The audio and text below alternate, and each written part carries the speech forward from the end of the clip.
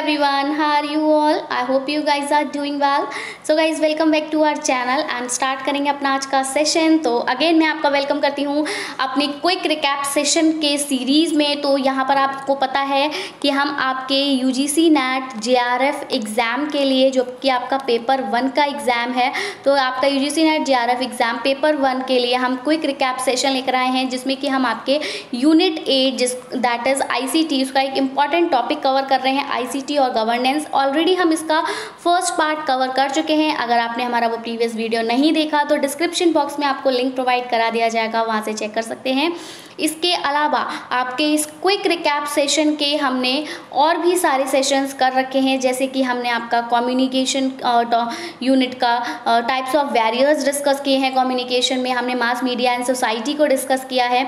तो अगर आपने हमारे वो प्रीवियस पार्ट्स नहीं देखे हैं तो उनका लिंक भी मैं आपको डिस्क्रिप्शन बॉक्स में प्रोवाइड करा दूंगी, आप चेक कर लीजिएगा। इसके अलावा एक और इम्पॉर्टेंट सीरीज़ हम आपके लिए चला रहे हैं, सो दैट आप अपना यूजीसी नेट का जो एग्ज़ाम है उसको ईजिली क्रैक कर पाएँ। तो वो क्या है, आपकी महामैराथन क्लास है। तो महामैराथन क्लास में हम क्या कर रहे हैं, डिफरेंट यूनिट्स के जो आपके PYQs हैं, प्रीवियस ईयर के क्वेश्चंस हैं, उनको डिस्कस कर रहे हैं, ताकि आप जो हो वो आपकी जो प्रैक्टिस है, आपका जो एबिलिटी है टू आंसर द क्वेश्चन, उसको हम एनहांस कर सके। तो वो भी पार्ट अगर आपने हमारे नहीं देखे तो डिस्क्रिप्शन बॉक्स में आपको लिंक मिल जाएगा, जाकर ज़रूर से चेक करिएगा। और अभी तो हमारे साथ वीडियो तक लास्ट तक बने रहिएगा, ताकि आपसे कोई भी इंपॉर्टेंट इन्फॉर्मेशन यहाँ पर मिस ना हो, क्योंकि आज हम पढ़ने वाले हैं scope of ICT in governance. ठीक है, कैसे गवर्नेंस में आईसीटी अपना एक इंपॉर्टेंट रोल प्ले कर रही है, वो हमने पहले डिस्कस किया था, उसके कुछ ऑब्जेक्टिव्स जाने थे, आज हम उसका स्कोप जानेंगे। ठीक है, तो वीडियो के साथ लास्ट तक बने रहें। एंड वन मोर थिंग, अगर अभी तक आपने हमारे चैनल को सब्सक्राइब नहीं किया है, या फिर हैं आप हमारे चैनल पर नए, तो यूजीसी नेट एग्जाम की बेस्ट प्रिपरेशन के लिए चैनल को सब्सक्राइब करें और बेल आइकन को प्रेस करना बिल्कुल भी ना भूलें, ताकि हम अपनी जब भी कोई न्यू वीडियो अपलोड करें तो नोटिफिकेशन सबसे पहले आपको मिल सके। तो चलिए गाइस, सेशन स्टार्ट करते हैं। ऑलरेडी डिस्कस कर चुके हैं आईसीटी क्या है, ठीक है, इंफॉर्मेशन टेक्नोलॉजी क्या है आपकी। और अगर हम गवर्नेंस की बात करें तो आईसीटी ने कैसे इंपॉर्टेंट रोल प्ले किया है, ये क्या क्या करती है, इसके क्या क्या ऑब्जेक्टिव हैं आज के इंटरकनेक्टेड वर्ल्ड में, वो हम ऑलरेडी डिस्कस कर चुके हैं। आज हम स्टार्ट करेंगे scope of ICT and governance की। जो आपका आईसीटी है, इंफॉर्मेशन एंड कम्युनिकेशन टेक्नोलॉजी, इसका क्या स्कोप है और गवर्नेंस का क्या स्कोप है, आइए देखेंगे। तो governance resolves around the exchange of information between various entities including government to citizen, citizen to government, citizen to citizen and citizen to business.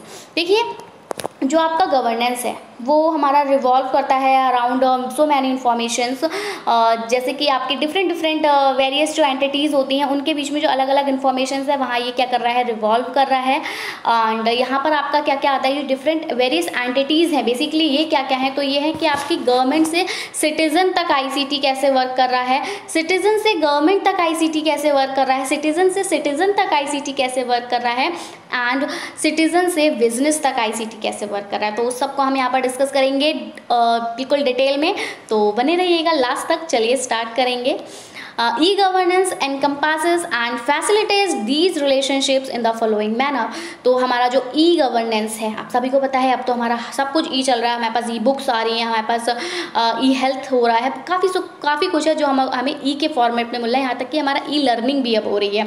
ठीक है, तो वही है कि ई-गवर्नेंस कैसे एनकम्पास करता है, कैसे फैसिलिटेट करता है इन रिलेशनशिप्स को, आइए उसको जानेंगे। तो शासन विभिन्न संस्थाओं के बीच सूचनाओं के आदान प्रदान के इर्द गिर्द घूमता है, जिसमें सरकार से नागरिक, नागरिक से सरकार और नागरिक से नागरिक और नागरिक से व्यवसाय जो है वो शामिल है।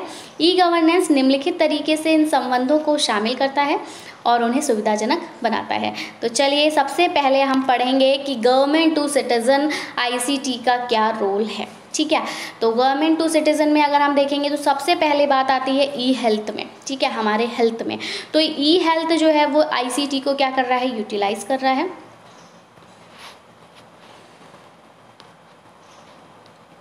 E health utilizes ICT। E health ICT को यूटिलाइज कर रहा है to provide remote health care services. Remote health care services को प्रोवाइड करने के लिए, डिजिटल हेल्थ रिकॉर्ड्स को मेंटेन रखने के लिए एंड ऑनलाइन कंसल्टेशंस। अब पहले क्या होता था कि अगर आपके पास डॉक्टर के पास आपको मेडिसिन लेने जाना है तो आपको भैया जाकर, ठीक है, और आपको जाकर वहाँ पर अपना पर्चा लगाना होता था, उसी अकॉर्डिंग आपका नंबर आता है। बट अब आप ऑनलाइन कंसल्ट कर सकते हो। पहले आपको पर्चा लगा के डॉक्टर से मिलना होता था, बट अगर अब आप चाहें तो आप ऑनलाइन कंसल्ट कर सकते हैं कि मुझे ये प्रॉब्लम है, मुझे कौन कौन सी मेडिसिन लेनी चाहिए, तो आपको जाने की ज़रूरत नहीं है प्रत्यक्ष रूप से, ठीक है। Improving access to health care. अब आपकी जो हेल्थ केयर है उसके लिए एक्सेस जो है वो इम्प्रूव हो रही है। Facilitating efficient data management. ये जो ICT है ये आपके हेल्थ डिपार्टमेंट में एफिशिएंट जो भी आपका डेटा मैनेजमेंट होता है उसको ये फैसिलिटेट करता है। And enabling remote medical care को भी इनेबल करता है। जैसे कि ई स्वास्थ्य, तो ई स्वास्थ्य में आपका दूरस्थ स्वास्थ्य सेवाएं, डिजिटल स्वास्थ्य रिकॉर्ड और ऑनलाइन परामर्श प्रदान करने, स्वास्थ्य सेवा तक पहुंच में सुधार, कुशल डेटा प्रबंधन की सुविधा और दूरस्थ चिकित्सा देखभाल को सक्षम करने के लिए ICT का उपयोग किया जाता है। देखिए मैं आपको इसका एग्जाम्पल देती हूँ। आप सभी लोग यूट्यूब यूज़ करते होंगे, वहाँ पर आपको एक एडवर्टाइजमेंट दिखता होगा क्योर स्किन का, दिखता है ना सभी को। तो वही इसका बेस्ट एग्जाम्पल है हमारे ई हेल्थ का, क्योंकि वो क्या दावा करता है कि वो हमारी स्किन का ट्रीटमेंट करता है, ठीक है, हमारे हेयर्स का ट्रीटमेंट करता है। तो क्या हम इनके पास सामने से जा रहे हैं? नहीं, हम क्या करते हैं, ये क्या कहते हैं कि हमारा ऐप डाउनलोड करिए और वहाँ पे आप अपनी पिक्चर हमें क्लिक करके भेज दीजिए, हम आपके जो फेस है, आपके जो हेयर्स है उसको स्टडी करेंगे और उनके लिए क्या बेनिफिशियल है उस तरह से हम आपको प्रोडक्ट्स भिजवा देंगे। तो आपको कहीं जाने की ज़रूरत नहीं है, ऑनलाइन आपके घर पे आपको आपका चेकअप हो जा रहा है और आपको आपकी मेडिसिन मिल जा रही है, ठीक है। तो ये क्योर स्किन जो है ये आपके ई हेल्थ का परफेक्ट एग्जाम्पल है। तो चलिए हाँ, अब हम जानेंगे ई सिटीजनशिप। अब नागरिकता भी आपको मिल रही है भैया ऑनलाइन, वो कैसे, आइए देखेंगे। It refers to the digitization and utilization of electronic platforms for citizen identification and authentication. क्या होता है कि जो सिटीज़न हैं उनके आइडेंटिफिकेशन के लिए, जैसे कि हम लोग आधार कार्ड का यूज़ करते हैं, ठीक है, वो ऑथेंटिक है या नहीं, तो उसके लिए अब क्या हो रहा है, डिजिटाइजेशन हो रहा है, आपके इलेक्ट्रॉनिक प्लेटफॉर्म्स का यूटिलाइजेशन हो रहा है। पहले क्या होता था कि आपकी जो भी पहचान होती थी, आपकी जो भी आइडेंटिफिकेशन होती थी, उसको जो था कोई भी पर्सन प्रत्यक्ष रूप से हम कह सकते हैं सामने से चेक किया करता था। बट अब क्या है, डिजिटलाइजेशन के थ्रू आपका होता है ना, उसको स्कैन करा जाता है, किसी चीज़ में लगाया जाता है, स्कैन जाता है, हाँ वेरीफाई हो, वहाँ पे खुद उस कंप्यूटर पे लिखा जाता है यस वेरीफाइड, ठीक है। तो वही है कि आपकी नागरिकता को, आपके आइडेंटिफिकेशन को, आपके ऑथेंटिकेशन को अब ICT के थ्रू क्या किया जा रहा है, वेरीफाई किया जा रहा है। It involve the use of ICT। ये क्या करता है, ICT के यूज़ को इन्वॉल्व करता है ताकि ये प्रोवाइड करे सिक्योर डिजिटल आइडेंटिटी सिस्टम, ठीक है। सिक्योर डिजिटल आइडेंटिटी सिस्टम आपको प्रोवाइड करते हैं, जैसे कि आपका आधार कार्ड हो गया, ठीक है, ये लोगों के हाथ से नहीं बनाया गया। आधार कार्ड जो है किसी ने हाथ से नहीं बना के लिखा कि बताइए आपकी एज कितनी है, जितना आपने बताया उन्होंने एज आपका लिख दिया, ठीक है। आपका कुछ अब लेकिन आप आधार कार्ड में क्या है, आपका थंब प्रिंट है, ठीक है, आपका आई को आपके स्कैन किया गया है, तो फेक नहीं हो सकता। डिजिटलाइजेशन के थ्रू आधार कार्ड आपका बिल्कुल ऑथेंटिक है एंड टू द पॉइंट है। क्लियर? सो वही है कि ICT ने आपको सिक्योर डिजिटल आइडेंटिटी सिस्टम दिया, that is Aadhaar card. Online application processes आपको दे दी। अब आपको हर जगह फॉर्म खरीद के, ऑफलाइन फॉर्म खरीद के उसको भर रहे हैं, कहीं गलती हो जा रही है दूसरा फॉर्म लेकर आ रहे हैं, फिर जाके उसको सबमिट करके आ रहे हैं, वो पहुंच रहा है या नहीं पहुंच रहा है हमें नहीं पता। अब ऑनलाइन ये जो सिस्टम है सबके फॉर्म वहाँ पर पहुँच रहे हैं, ठीक है। अब उनको वेरीफाई करना है, रिजेक्ट करना है, ये उनके हाथ में है। बट हाँ, आप अपना फॉर्म जो है वो ऑनलाइन भर सकते हो। आपको ये नहीं कि आपको खरीद के ला के उसके कार्यालय में जाके जमा करने के लिए लाइन में लगना है लंबी, है ना। And digital issuance of documents, और आप डिजिटल इश्यूएंस ऑफ डॉक्यूमेंट्स, आपके डॉक्यूमेंट्स को अब डिजिटलाइज इशू किया जा रहा है। कैसे किया जा रहा है, तो इसका भी एक एग्जाम्पल है आपका डिजी लॉकर, जहाँ से कि आप अपने 12th CBSE की मार्कशीट को डाउनलोड कर सकते हैं, आप अपना आधार कार्ड डाउनलोड कर सकते हैं, अपना पैन कार्ड डाउनलोड कर सकते हैं, आप अपनी सीटेट की मार्कशीट डाउनलोड कर सकते हैं। तो वही है कि आप अपने डॉक्यूमेंट्स को डिजी लॉकर के थ्रू डाउनलोड कर सकते हैं। पहले क्या हुआ करता था, अगर मान लीजिए CBSE, तो स्कूल जाने के लिए वेट करना पड़ता था अपनी मार्कशीट के लिए, बट अब आपको वेट नहीं करना, आपको आपकी डिजी लॉकर पे आपकी मार्कशीट अवेलेबल हो जाएगी। तो आपका ऑनलाइन आपके डॉक्यूमेंट्स भी इशू हो रहे हैं। तो ई नागरिकता में यही है कि इसका तात्पर्य है नागरिक पहचान और प्रमाणीकरण के लिए इलेक्ट्रॉनिक प्लेटफॉर्म के डिजिटलीकरण और उपयोग से है। उसमें सुरक्षित डिजिटल पहचान प्रणाली, ऑनलाइन आवेदन प्रक्रिया और दस्तावेजों को डिजिटल रूप से जारी करने के लिए ICT का उपयोग शामिल है। ई रजिस्ट्रेशन की अगर हम बात करें तो ई रजिस्ट्रेशन डिजिटाइजेस रजिस्ट्रेशन प्रोसेस। ये ई रजिस्ट्रेशन जो है ये आपके रजिस्ट्रेशन प्रोसेस को डिजिटाइज करता है, जैसे कि आपके बर्थ हो गया, आपका मैरिज हो गया, आपका, अच्छा हम नए पे आ गए, हम ई रजिस्ट्रेशन अब हम पढ़ने वाले हैं। अब ये भी देखेंगे आपका जो किसी भी चीज़ का रजिस्ट्रेशन होता है, पंजीकरण होता है, वो भी ऑनलाइन हो जाता है। जैसे कि आपको मान लीजिए ई रजिस्ट्रेशन डिजिटाइजेस रजिस्ट्रेशन प्रोसेस। ई रजिस्ट्रेशन जो है डिजिटाइज करता है आपके रजिस्ट्रेशन प्रोसेस को। जैसे कि आपको अपना बर्थ सर्टिफिकेट बनवाना है, आपको अपना मैरिज सर्टिफिकेट बनवाना है, कोई भी प्रॉपर्टी स्ट्रीमलाइनिंग प्रोसीजर करना है रजिस्ट्री वगैरह से रिलेटेड, आपको पेपर वर्क ये रिड्यूस कर रहा है। हर बात के लिए पेपर वर्क की ज़रूरत नहीं है। एंड एनहांस, हर चीज़ को हाथ से लिखने की ज़रूरत नहीं है, ऑनलाइन टाइप करिए, उसका प्रिंट निकाल लीजिए, ठीक है। एंड एनहांसिंग एक्यूरेसी, इससे एक्यूरेसी भी बढ़ रही है, टाइम से काम हो जा रहा है, जल्दी हो जा रहा है। हाथ से लिखने वाले में टाइम लग रहा है, राइटिंग गलत ना हो जाए, मात्रा गलत ना हो जाए, है ना। तो वही है, एक्यूरेसी को एनहांस कर रहा है, एफिशिएंसी को एनहांस कर रहा है रजिस्ट्रेशन में of vital events and assist, ठीक है। मिल भी जल्दी जा रहा है हमको, है ना। ई रजिस्ट्रेशन के थ्रू पन्ना पहले पड़े रहते थे कागज़, कब के कब तक, कब जाके हमें मिला करते थे, ठीक है। ई पंजीकरण, जैसे आपका जन्म हो गया, विवाह हो गया और संपत्ति जैसी पंजीकरण जो प्रक्रियाएं हैं उनको ये डिजिटल बना रहा है। प्रक्रियाओं को सुव्यवस्थित करता है, कागजी कार्रवाई को कम करता है और महत्वपूर्ण घटनाओं और परिसंपत्तियों के पंजीकरण में सटीकता और दक्षता को बढ़ाता है, ठीक है। सटीक रहते हैं, बिल्कुल आपके एक्यूरेट रहते हैं, टू द पॉइंट। अब आइए ई एजुकेशन। ये हम पढ़ के कैसे रहे थे, गवर्नमेंट टू सिटीजन पढ़ रहे हैं, गवर्नमेंट के द्वारा ये सिटीजन को प्रोवाइड की गई है फैसिलिटीज़ थ्रू ICT। अब हम देखेंगे ई एजुकेशन, बिल्कुल ई लर्निंग हो रही है आपकी। अभी मैं आपको पढ़ा रही हूँ, ये भी क्या है, हमारा ई लर्निंग है। तो यूट्यूब आप कह सकते हो आपका ई लर्निंग प्लेटफॉर्म है, क्योंकि ज़्यादातर लोग उसको पढ़ने के लिए भी यूज़ करते हैं। हाँ, एंटरटेनमेंट के लिए भी यूज़ किया जाता है, कोई गलत बात, कोई दोहराहा नहीं है इस बात में, बट ई एजुकेशन के लिए भी हम यूट्यूब को यूज़ करते हैं। काफ़ी सारे ऐप्स जो हम यूज़ कर रहे हैं उनको भी हम ई लर्निंग के लिए यूज़ कर रहे हैं, आपके ई एजुकेशन में वो आ रहे हैं। ई एजुकेशन लैवरेजेस ICT। ई एजुकेशन क्या कर रहा है, ICT को लैवरेज कर रहा है to provide online learning platforms. आपके ऑनलाइन लर्निंग प्लेटफॉर्म को प्रोवाइड करने के लिए आपको डिजिटल कंटेंट मिल रहा है, मतलब आपको जो ये PDF नोट्स मिल रहे हैं ये आपको डिजिटलाइज मिल रहे हैं। आप इन नोट्स को ले सकते हो इलाहाबाद की फैकल्टी से भी, आप यहाँ बरेली में हो, but if you want to take notes from Allahabad university या कहीं अदर से, तो आप वहाँ से भी PDF नोट्स ले सकते हो थ्रू दिस PDF, है ना। तो ये आपके जो नोट्स हैं that is digitalization, digital notes हैं ये आपके। पहले क्या होता था कि हैंड रिटन नोट्स होते थे तो उनको ये आपको लेने जाना पड़ता है, बट अब आप कहीं भी हो, आप दूर दूर से नोट्स को स्टडी कर सकते हो। तो आपका डिजिटल कंटेंट आपको मिल रहा है, आपको ऑनलाइन लर्निंग प्लेटफॉर्म मिल रहा है। यहाँ पर भी वही है सेम, जैसे कि हम लोग पढ़ते हैं ना खान सर पटना से, तो भले ही कहीं भी रह रहे हो लेकिन हम हाँ खान सर से पढ़ सकते हैं, ठीक है।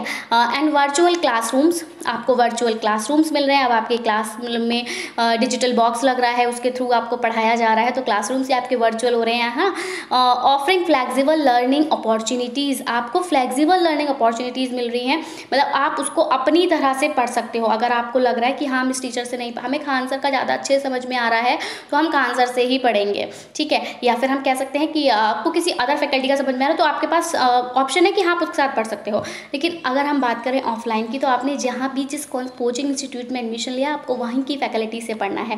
बट ई लर्निंग के थ्रू आपकी जो लर्निंग है वो फ्लेक्सिबल हो रही है। अगर आपको एक टीचर समझ में नहीं आ रहा तो आप टीचर चेंज कर सकते हो, दूसरे टीचर से पढ़ सकते हो। Personalised education experience, personalised education experience आपको मिल रहा है। एंड एफिशिएंट एडमिनिस्ट्रेशन आपको मिल रहा है एजुकेशन इंस्टीट्यूशंस का, ओके। हिंदी में देखेंगे ई शिक्षा, तो आपकी जो ये ई शिक्षा है ये ऑनलाइन शिक्षण प्लेटफॉर्म, डिजिटल सामग्री और आभासी कक्षाएं प्रदान करने के लिए ICT का क्या कर रही है, लाभ उठा रही हैं, जिससे क्या हो रहा है, आपके लचीले शिक्षण अवसर, व्यक्तिगत शिक्षा अनुभव और शैक्षिक संस्थानों का कुशल प्रशासन उपलब्ध होता है। आगे देखेंगे, बहुत गर्मी है। ई ट्रांसपोर्टेशन हम पढ़ेंगे। हाँ, तो ई ट्रांसपोर्टेशन इंटीग्रेट्स आईसीटी। अब ट्रांसपोर्टेशन में भी आपका डिजिटलाइजेशन हो रहा है, वो कैसे हो रहा है? तो देखिए, ई ट्रांसपोर्टेशन जो है वो भी आईसीटी को इंटीग्रेट कर रहा है। कैसे कर रहा है? तो ट्रांसपोर्टेशन सिस्टम में कर रहा है ऑब्वियसली। कैसे? ये सर्विसेज को इनेबल कर रहा है, जैसे कि आप राइड शेयरिंग प्लेटफॉर्म हो गया, रियल टाइम ट्रांसपोर्टेशन इन्फॉर्मेशन हो गई, है ना। घर बैठे ही देख लेते हैं कौन सी ट्रेन कितने बजे है। पहले स्टेशन जाना पड़ता था पता लगाने के लिए कि कौन सी ट्रेन किस टाइम है, बट अब हम घर से देख लेते हैं। घर से हम अपनी टिकट्स बुक कर देते हैं। पहले घंटों लाइन में लगते थे टिकट्स बुक करने के लिए, घर से अब हम टिकट बुक कर सकते हैं, ऑनलाइन देख सकते हैं कौन सी ट्रेन किस टाइम है, कब चलेगी, कब आएगी, ठीक है, अभी कहाँ है। तो ये सब हमें अब स्टेशन में जाकर पता करने की ज़रूरत नहीं है, हम ऑनलाइन पता कर लेते हैं। तो हमारा ट्रांसपोर्टेशन जो हो रहा है वो भी रियल टाइम जो ट्रांसपोर्टेशन की इन्फॉर्मेशन है वो हमें आईसीटी के थ्रू मिल रही है। एंड इलेक्ट्रॉनिक टिकटिंग, ठीक है, हमने बोला हम इलेक्ट्रॉनिक टिकटिंग मतलब हम घर से अपने टिकट्स को ऑनलाइन बुक कर सकते हैं। इम्प्रूव मोबिलिटी, इससे मोबिलिटी इम्प्रूव हो रही है, एफिशिएंसी इम्प्रूव हो रही है। And also convenience for commuters के लिए आसानी हो रही है, सुविधा हो रही है, ठीक है। ई परिवहन, तो ई परिवहन आईसीटी को परिवहन प्रणालियों में एकीकृत करता है, जिससे सवारी साझाकरण प्लेटफॉर्म, वास्तविक समय परिवहन सूचना और इलेक्ट्रॉनिक टिकटिंग जैसी सेवाएं सक्षम हो रही हैं, जिससे यात्रियों के लिए गतिशीलता, दक्षता और सुविधा में क्या हो रहा है? सुधार हो रहा है। ये हमने देखा था गवर्नमेंट टू सिटीजन, ये सारी फैसिलिटीज़ गवर्नमेंट सिटीजन को दे रहा था, बट अब सिटीजन भी गवर्नमेंट को कुछ देगा ना। तो सिटीजन टू गवर्नमेंट क्या क्या फैसिलिटीज़ जा रही हैं थ्रू आईसीटी, आइए उसको भी डिस्कस करेंगे। तो देखेंगे सिटीजन टू गवर्नमेंट, ठीक है। अब गवर्नमेंट टू सिटीजन, तो ये सब कुछ हमें मिल रहा था। अब हमें सिटीजन से गवर्नमेंट वाले में देखना है। तो सिटीजन से गवर्नमेंट वाले में अगर हम देखें तो आपका जो ई फीडबैक है या फिर जो कंप्लेंट मैकेनिज्म है वो भी आप ऑनलाइन कर सकते हो, बिल्कुल कर सकते हो। जैसे मैं आपको एग्जांपल दूं, अभी हमारे यहाँ पर लाइट नहीं आ रही थी। हाँ, क्या हो रहा था कि ना दिन में आ रही थी ना रात में आ रही थी, और पूरा आपका 1 वीक से ऐसा ही प्रोसीजर चल रहा था, बट इतना नहीं था, फिर भी बीच में आ जाती थी। बट लास्ट टाइम पे तो बिल्कुल ऐसा हुआ कि ना तो पूरे दिन लाइट आई, थोड़ी सी देर को रात में आती है और फिर पूरी रात के लिए लाइट जाती है। तो अगले सुबह मैं यानी कि कल सुबह मैं क्या करती हूँ? ऑनलाइन कंप्लेन करती हूँ। मेरी कंप्लेन जो होती है वो रजिस्टर होती है, मेरे पास मैसेज आ जाता है। तो अब मुझे कंप्लेन करने के लिए कहीं भागना नहीं पड़ा, है ना। मुझे गवर्नमेंट को कंप्लेन करनी थी, या मुझे कह सकते हैं कि इलेक्ट्रिसिटी डिपार्टमेंट में कंप्लेन करनी थी कि लाइट क्यों नहीं आ रही, मुझे जानना था कि रीज़न क्या है। तो उसके लिए मुझे इलेक्ट्रिसिटी डिपार्टमेंट में जाने की ज़रूरत नहीं थी, पावर स्टेशन पे जाने की ज़रूरत नहीं थी कि पावर सप्लाई क्यों नहीं आ रही है। मैंने क्या किया, घर से ही अपनी कंप्लेन रजिस्टर की और मेरी कंप्लेन जो थी वो रजिस्टर हो गई। मुझे भागा दौड़ी बिल्कुल नहीं करनी पड़ी और होपफुली उसका सोल्यूशन भी हमें मिल गया, अब लाइट आ रही है, ठीक है। तो ई फीडबैक एंड कंप्लेंट मैकेनिज्म ये सिटीजन दे रहा है गवर्नमेंट को। तो आईसीटी क्या करता है? आईसीटी अलाउ कर रहा है सिटीजन को कि वो क्या करे, वो फीडबैक प्रोवाइड करे, रिपोर्ट इशूज़, ठीक है, इशूज़ को रिपोर्ट करे and launch complain to government authorities तक अपनी कंप्लेन पहुंचाए थ्रू डिजिटल चैनल्स के थ्रू। क्योंकि हम सभी को ऑनलाइन जो है सबके नंबर मिल जाते हैं कि हाँ फला फला का customer care number this and फला फला customer care number this. So this can include dedicated helplines, यहाँ पर आपको डेडिकेटेड हेल्पलाइंस भी दी हुई हैं, इसमें हेल्पलाइंस के थ्रू आप कनेक्ट कर सकते हो। अदर कंप्लेंट पोर्टल्स भी आपको दिए हुए हैं कि इस पोर्टल के थ्रू आप कंप्लेन कर सकते हो, और मोबाइल एप्लीकेशंस भी आपको प्रोवाइडेड हैं। तो enabling direct communication between citizen and government entities, तो सिटीजन और गवर्नमेंट के बीच में अब डायरेक्ट आपका कम्युनिकेशन हो रहा है, ठीक है, थ्रू आईसीटी। अब ई डेमोक्रेसी भी है, इसका हिंदी ट्रांसलेशन नहीं है, ओके, चलिए इसको हिंदी में ट्रांसलेट करके फिर हम आपके लिए सेशन लेकर आएंगे, क्योंकि अभी इतना ही हिंदी ट्रांसलेशन हुआ था इसका। हाँ ओके, कोई नहीं, मिलेंगे नेक्स्ट सेशन में जहाँ पर मैं हिंदी में भी इसका ट्रांसलेशन लेकर आऊँ, क्योंकि हिंदी वाले जो कैंडिडेट्स होते हैं उनको प्रॉब्लम रहती है कि मैम हिंदी में नहीं है, इंग्लिश में ही है। तो उनके लिए भी ये सेशन इजी रहे, ऐसा नहीं सिर्फ इंग्लिश वाले ही देखें और हिंदी वाले परेशान हो, तो दोनों के लिए रहेगा। मैं हिंदी में इसको ट्रांसलेट करके आपके लिए लेकर आऊँगी again. So that's it from my side. I hope आपको सेशन पसंद आया होगा। सेशन पसंद आया हो तो प्लीज़ इसको ज़रूर से लाइक कर दें, और क्योंकि आपके एक लाइक से हमें मोटिवेशन मिलता है, और वीडियो को ज़रूर से शेयर करें ताकि और लोगों तक ये वीडियो पहुंच सके। और बाकी आपकी कोई भी क्वेरी है आप मुझे कमेंट सेक्शन में ज़रूर पूछिए, कमेंट करके बताइए सेशन कैसा लगा। जैसे कि हमारे एक सब्सक्राइबर हैं, वो डेली ही कमेंट करते हैं, हर वीडियो पे कमेंट करते हैं। अच्छा लगता है कि हाँ वो इतने एक्टिव हैं कि वो वीडियोस देखते हैं, उसके बाद उनको लगता है कि हाँ हमें थैंक्स करना चाहिए मैम के लिए, तो वो थैंक्स करते हैं। ठीक है, बताते हैं वीडियो कैसा लगा, तो उनका कमेंट देख के अच्छा लगता है, थोड़ा सा मोटिवेशन आता है खुद में कि हाँ चलिए कोई तो देख रहा है, किसी को तो अच्छा लग रहा है। तो वही है, आप भी बताइए कि कैसा लग रहा है। पॉजिटिव नेगेटिव जो भी फीडबैक हो एटलीस्ट दिया तो करिए। पसंद नहीं आ रहा तो बताइए मैम पसंद नहीं आ रहा, कहाँ पसंद नहीं आ रहा, कहाँ गलती हो रही है, वो भी बताइए ना, ताकि हम इंप्रूव कर सकें। क्योंकि कोई भी यहाँ पर परफेक्ट नहीं होता, सबको इम्प्रूवमेंट की ज़रूरत होती है, और वो इम्प्रूवमेंट तभी होता है जब उसको कोई गाइड करता है। तो प्लीज़ गाइड करिए कि बताइए कहाँ पर हमें चेंज करना चाहिए, कहाँ पर हमें चेंजेस लाने चाहिए। ठीक है, आपको कहाँ प्रॉब्लम हो रही है, समझ नहीं आ रहा, तो वहाँ आपके लिए लेकर आएंगे। सो दैट्स इट, दोबारा से मिलेंगे इसके आगे अगले पार्ट के साथ। Till then take care and bye bye. So thanks for watching, thanks, have a nice day.